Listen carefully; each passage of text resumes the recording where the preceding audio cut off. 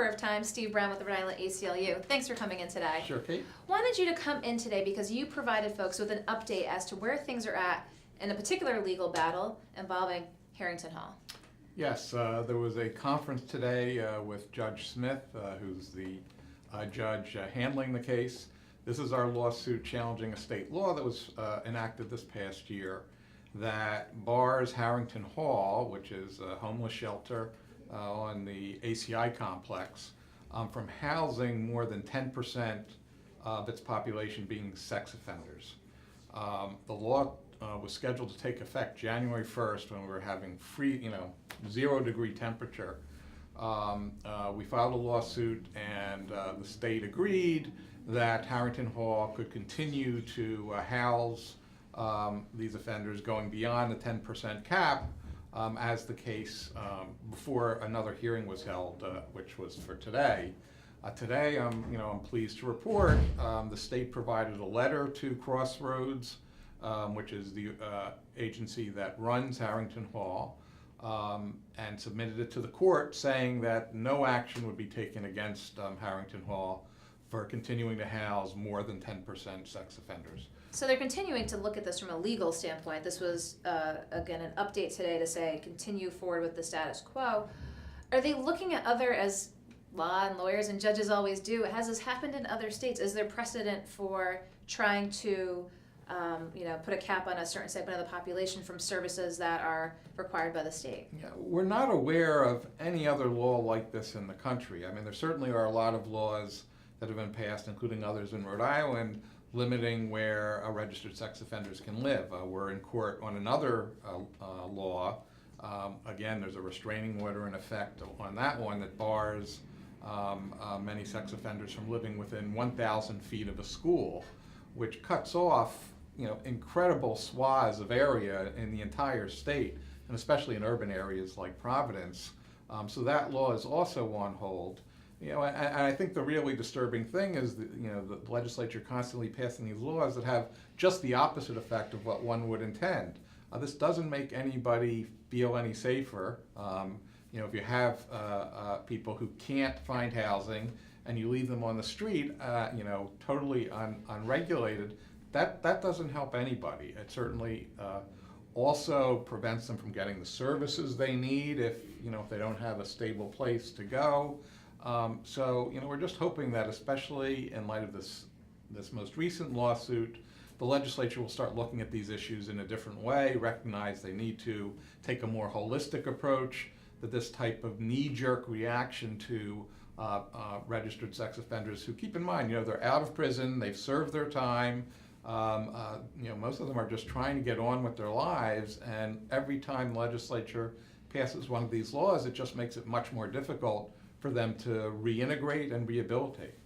And the law, as it was passed, I'm sure, from when this actually happened, was this a NIMBY issue? Did neighbors just simply not want people busing in and out to the facility? Yes, but again, do you want them in this facility that's on ACI grounds, or you just want them walking around the streets with nowhere to go?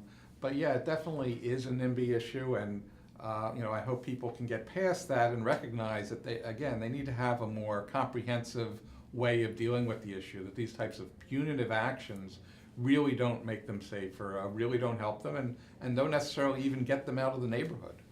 And so we saw some updates from the court today. Do we have any sense on time frame moving forward? Not specifically. The state still has to formally answer the complaint, which they have not done yet. Once that is done, though, I do expect the judge to issue a scheduling order where both parties will file their briefs, present all the legal arguments.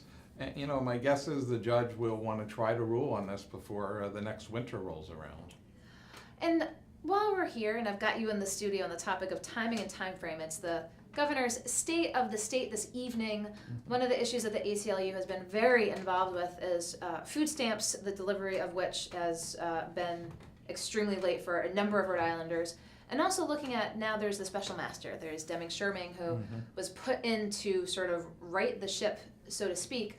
I can't imagine the governor will not address it this evening, but since the food stamp lawsuit and since the appointment of Dem and Sherman, have we seen any changes, or is it again going to take just an amount of time that simply isn't acceptable for those who are the most in need, who need services right now? Yeah. Well, one way to say it is that it's just never acceptable to be having people not get their food stamps in a timely manner.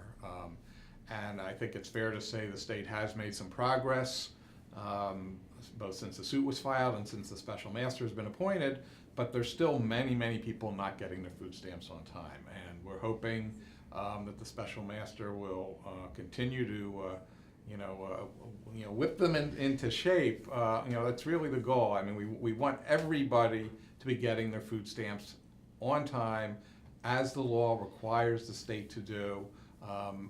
As much progress has been made, there's still a lot more that needs to be done. We aren't going to be satisfied until the state meets the standards that were set in the settlement agreement we reached almost a year ago now, that said the state had to reach certain standards up to a 96% timeliness rate, and they're just not near there yet. So we have to just keep on plugging away and pushing them to get to that level. And for a governor who's running for re-election, who is going to tout her successes here in the state and also, I'm sure, address the challenges, can she count her tenure as successful if this isn't dealt with?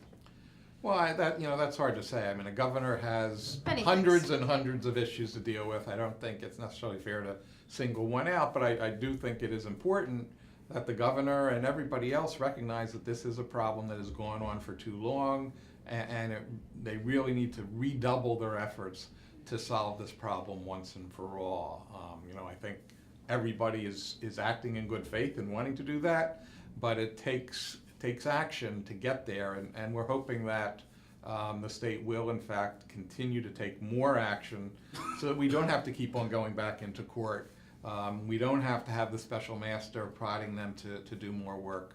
Our goal, just as I assume DHS's goal is to make sure people are getting these necessary benefits that they're entitled to. Well, we'll see what the governor says today about the state of the state this evening. Speaking of business at hand, I know you have a meeting to attend to.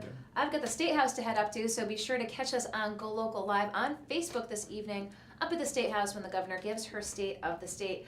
Steve Brown, I appreciate your taking the time to come in. I'll let you go around the corner. Thank you. And I'm going to let folks know that we're pretty much wrapping up here in the Navigant Credit Union Broadcast Center. Letting folks know, again, we're going to be up at the State House, the State of the State this evening. Be sure to check out on golocalprov.com, House Minority Leader and GOP gubernatorial candidate Patricia Morgan released her State of the State prior to Governor Raimondo's this evening. Morgan will be giving the speech in person at the State House at 5:30, so we're heading on up there. So be sure to tune in to Go Local. We look forward to seeing you back in studio tomorrow for The Taste at 3 o'clock with Rick Simone. I'll be back at 4 p.m. with News and Politics. Wishing everyone a good Tuesday evening. We'll see you tomorrow, but be sure to tune in to Go Local on Facebook and golocalprov.com. I'm Go Local News Editor Kate.